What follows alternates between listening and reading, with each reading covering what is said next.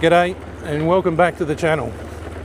Now, riding a motorbike in Vietnam can be both one of the most rewarding things that you can possibly do. It can also be one of the scariest things you can do.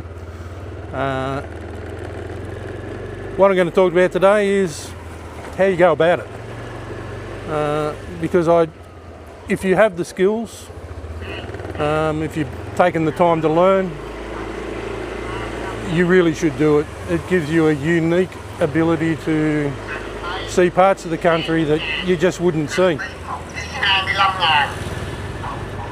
Now, how you go about it? Well, we'll talk about renting motorbikes. I'm not really going to cover anything about buying one, because if you're getting a motorbike for a holiday trip, do you really want the hassle of one, having to find a motorbike,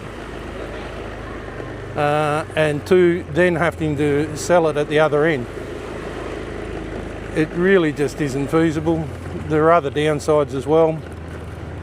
You don't know exactly what you're buying. It might look fine on the outside, but I can tell you right now, during the wet season here, motorbikes often, when you have the big storms, get flooded. I mean, if you haven't seen the pictures of the streets when they've been flooded during a storm, I suggest you look them up.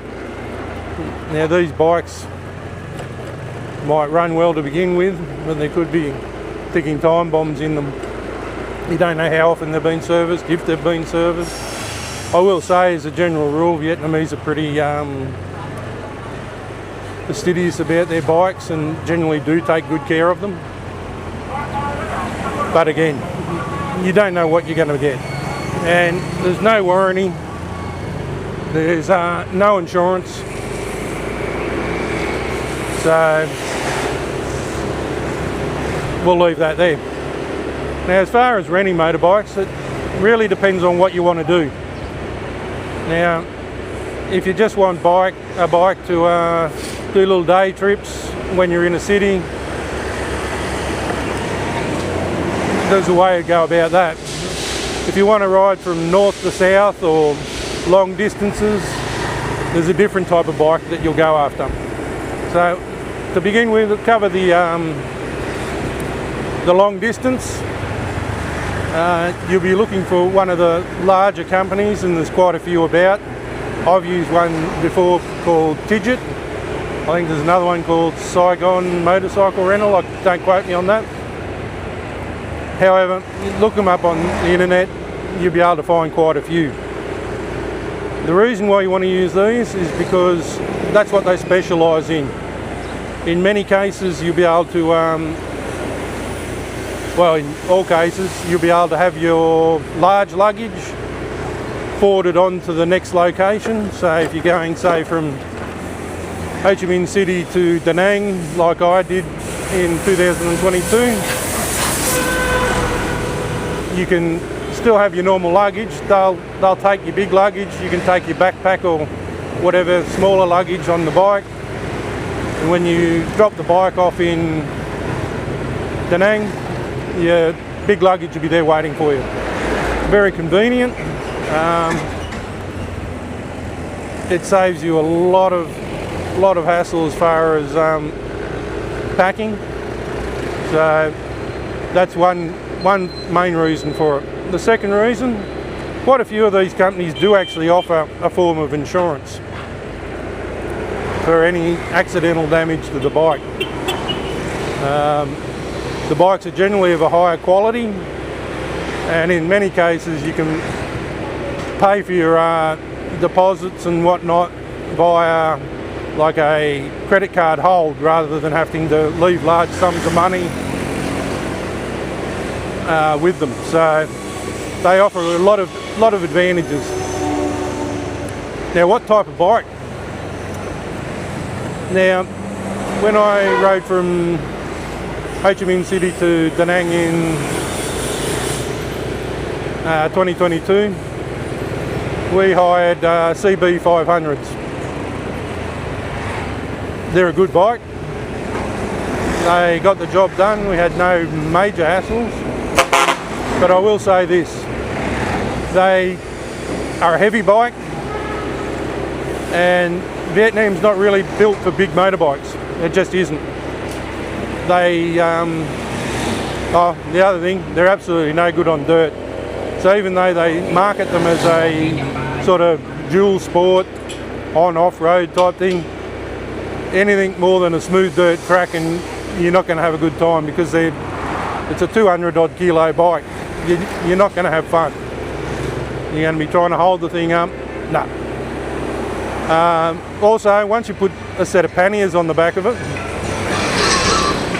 it's very wide. So you'll find yourself in many spots actually really worried about how wide the bike is, because there's a lot of narrow gaps that you go through. Nearly all the car parking places, they'll often have very little narrow entrance ways, and I've been through some. There's barely enough room to get the bike through. Like, I'm talking millimetres of a gap. So you've got to be aware of those sort of things. I mean, as I said, they're comfortable. They're certainly more powerful than your standard fare here. However, if you're just an average person, I'd recommend, and again, if you're not doing huge mountains and different things, a 125 or 150cc scooter, such as, like, I have a Yamaha NVX, a Honda, what are they? There's Airblade. There's quite a few varieties, and generally you'll only have a choice between Honda and Yamaha. The 155cc bikes give you a little bit more power. They tend to be a little bit bigger, so if you're a larger size person, it's definitely highly recommended. Your other choice will be a Honda XR 150. There's quite a lot of those around, and while they're perfectly fine to use, the one thing about the Vietnamese scooters is they generally have a reasonable amount of storage under the seat, and you lose that with the dirt bike style bike.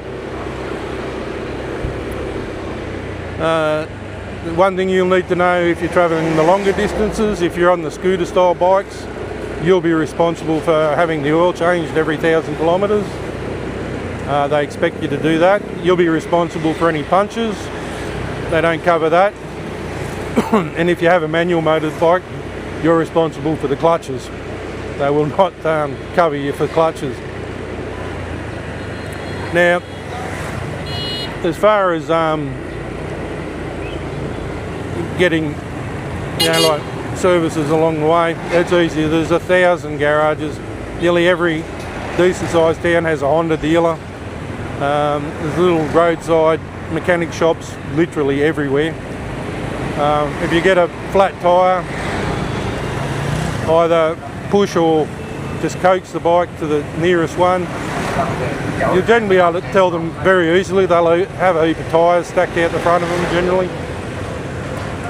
But they'll take your tyre off, plug the leak, put it back on, pump it up, normally within about 20 minutes, and it'll cost you about 50,000 Vietnamese dong, which is roughly about $3 Australian. Your oil changes are cheap, unless they try and sell you the more expensive synthetic oils, which they might try and do just to get a sale out of you. But either way, they're really your options with long distance bikes. One other thing to remember, and this goes for all motorbikes, whether they're long distance or around town, always have your bike parked in a parking area, whether that be out the front of the shop you're visiting, cafe, whatever, a designated, little parking lot, which is easy to find. You'll know what they are. You'll have a little gateway in, there'll be a guy there, gives you a ticket, park the bike, come back, generally costs you 5,000 Vietnamese dong, is like, I don't know, 35 cents. Might be 10,000, but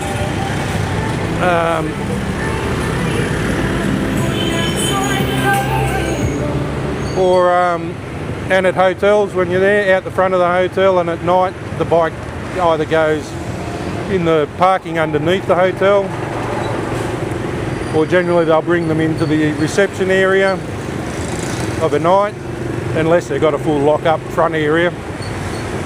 But never leave them outside at night. They'll probably quite possibly get stolen. One thing, if you're leaving them on the side of the road at any time of the day in just a random spot, what's more likely to happen is the police will come in and pound the bike, and you'll have to go and pay to get it back once you figure out where it is. So just parking anywhere doesn't work in Vietnam. And again, with the shops, park in front of the shop you're visiting, and don't park in front of someone's shop, then walk up the road to see something. They've only got a limited amount of space in front of their shops, and they want it for their customers. So again, you might find your bike moved, and that's how it goes. The other thing is the tickets you get when you park at like larger coffee shops or parking things. Do not lose your ticket. That basically is your only way to get your bike back. They won't let you out without it. And if you don't have the registration certificate for the bike, which is a little card, you're going to have a hard time getting that bike out of there. So make sure you tuck them somewhere safe once you park. I just chuck mine in your wallet, but don't lose that. Alright, on to your, I just call them town bikes. You're visiting, say, Hoi An for the day, a couple of days, and you want a bike to go and ride to the beach and go for a look around, go out to the ancient ruins, whatnot. You can generally hire a bike either from a local company or, and I haven't come across any place that won't organise one for you, just go to your hotel reception and say you want to rent a bike for the day. They'll generally have a company they deal with. They'll deliver the bike to the hotel and away you go. These bikes are the cheapest. You'll generally pay anywhere between 100,000 and 200,000 Vietnamese dong a day, which is, again, in Australian money, $6 to $12 a day. It's very cheap. So you it is by far the easiest way to rent them through your hotel. The main reason being, if you go to the actual businesses, they'll generally want either a deposit of a few million dong or want you to leave your passport with them. Now I know for most people the idea of leaving your passport probably just sends shiver up your spine. I've done it and I've never had any problems, but again, if that sort of thing bothers you, and I do get it, I mean your passport's a very important document, so that's fair enough. So if you're renting them through the hotel, that takes that aspect off, because they've already taken a photograph of your passport, they've got your information, they'll look after it for you. Now one thing to note, and this goes for both bikes as well, long distance and town bikes, when you get them they'll have virtually no fuel in them. That's just how they're delivered here in Vietnam. Obviously they'll siphon the fuel out after each person, whatever's left. There's generally enough in it to get you to the nearest fuel station. So the first thing you do when you get a bike is find the nearest fuel place and put some fuel in the bike. Fuel's cheap in Vietnam, roughly 20,000 Vietnamese dong a litre, which is about $1.20 a litre. You're hiring scooters, most of them only have a 4 or 5 litre tank, and that will last you a couple of 100 kilometres easily. If you're putting around, you're not going fast, so that's really the only thing there. Get some fuel. If you're only doing it for the day, I'd suggest just get a couple of litres, 50,000 dongs worth, 2.5 litres. That'll last you all day generally, unless you're going big distances. You won't have a problem with that. So now, one thing to do whenever you hire a bike, and this doesn't just apply to Vietnam, it applies to anywhere. When you first go, look at the bike, take it for, if you can, a little test ride. Test the brakes, make sure they actually work. I had one in Phu Quoc, the island, and I mean, I didn't have much of a choice. The airline had lost my luggage. I needed to go get a razor and a couple of things from the local little supermarket. And the only bike the hotel had was something that looked like, it looked like a basically pile of spare parts. It was old, it was just a skeleton with a motor. Now, it got me there. The brakes barely worked, and I had to sort of Fred Flintstone it when I was coming to a stop at the supermarket. The lights didn't work, and I'm fairly confident there were less parts on the bike when I returned it than there were when I got back. But anyway, I digress. One thing to do when you take the bike for a test drive, make sure it all works, sounds good, no issues with that. Then when you've decided on your bike, get your phone out and take photos, front, back and both sides. Take photos of any damage that's already on the bike. And like, I haven't had a problem with this, but it's just an insurance policy in case someone decides they're going to blame you for damage that was already on the bike. So that's important to do. It's just for your benefit. Like, as I said, I'm not saying it'll happen, but it's one of those things where you're better off having it rather than not having it. And that's pretty much the way you go about it here as far as hiring a motorbike goes.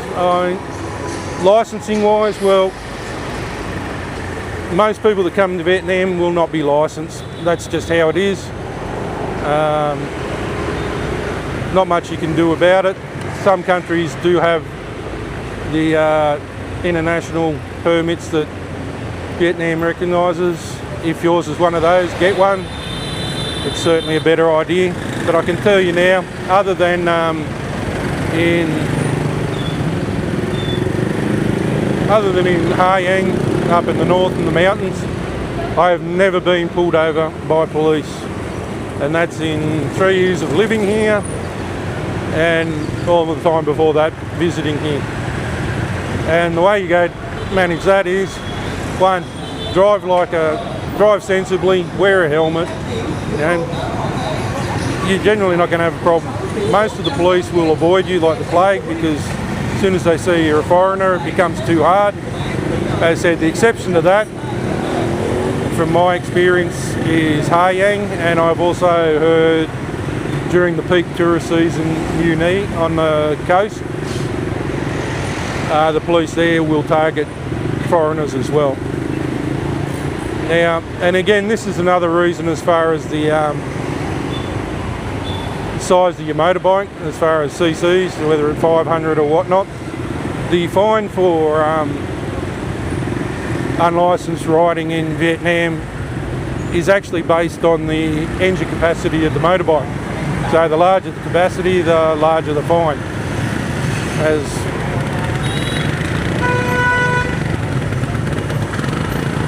As my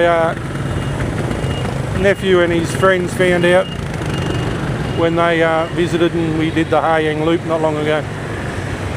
So the fine for them for not having a license was 3 million Vietnamese dong, which equates to about $180 in Australian money.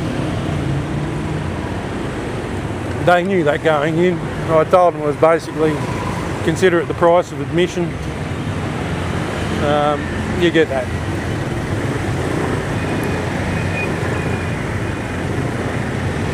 As far as the do's and don'ts of riding, if you're watching this, you're probably going, holy shit, I can't do that. Well, you may be right. Only you can decide whether you're up for riding in Vietnam. It's actually not as bad as it looks. It looks chaotic and scary as hell, but as long as you take your time and you're switched on, like you've got to be looking all the time. Like now I can anticipate a lot of what's going to happen, and that's all well and good, but yeah, you've just got to be ready for everything. Situational awareness is everything here.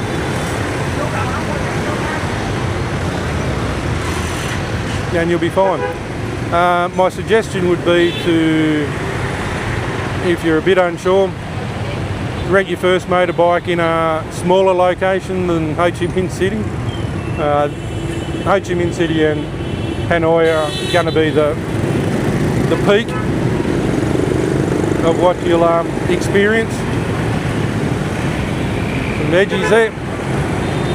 Taxi. If you're hiring one in Da Nang, Nha Trang, Ninh Bình, the smaller tourist destinations, you can find a quiet area and just have a bit of a practice for a while, which will get you used to how traffic flows here in Vietnam, because it flows the same anywhere, it's just the volume that changes.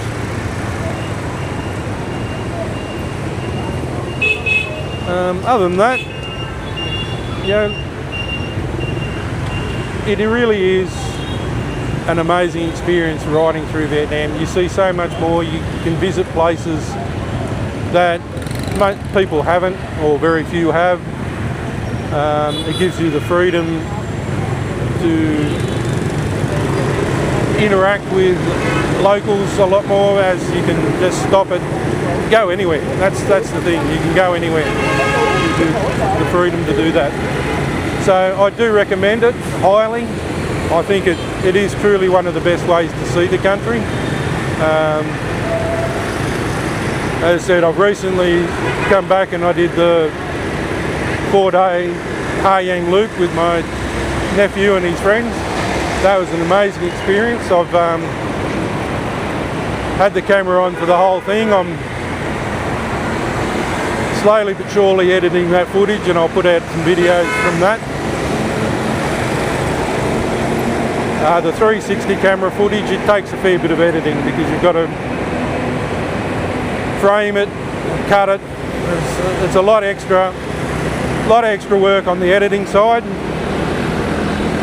On the videoing side, it makes it easy because you just put the camera on the bike and ride. So from that side, and you miss nothing. Anyway,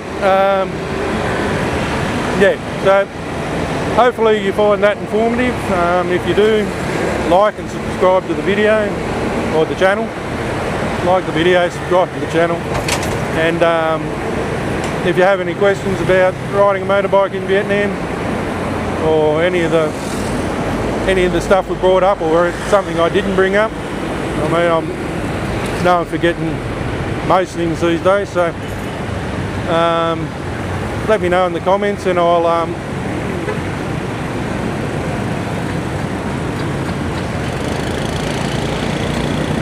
try and answer them to the best of my ability. Okay, thanks for watching. Hope you've enjoyed the video. I'm just heading to the Aeon shopping centre, which is not too far away. I'll chuck some music on and just let the camera roll for the last little bit, so you can enjoy the chaos of Vietnamese traffic. So anyway, see you in the next one.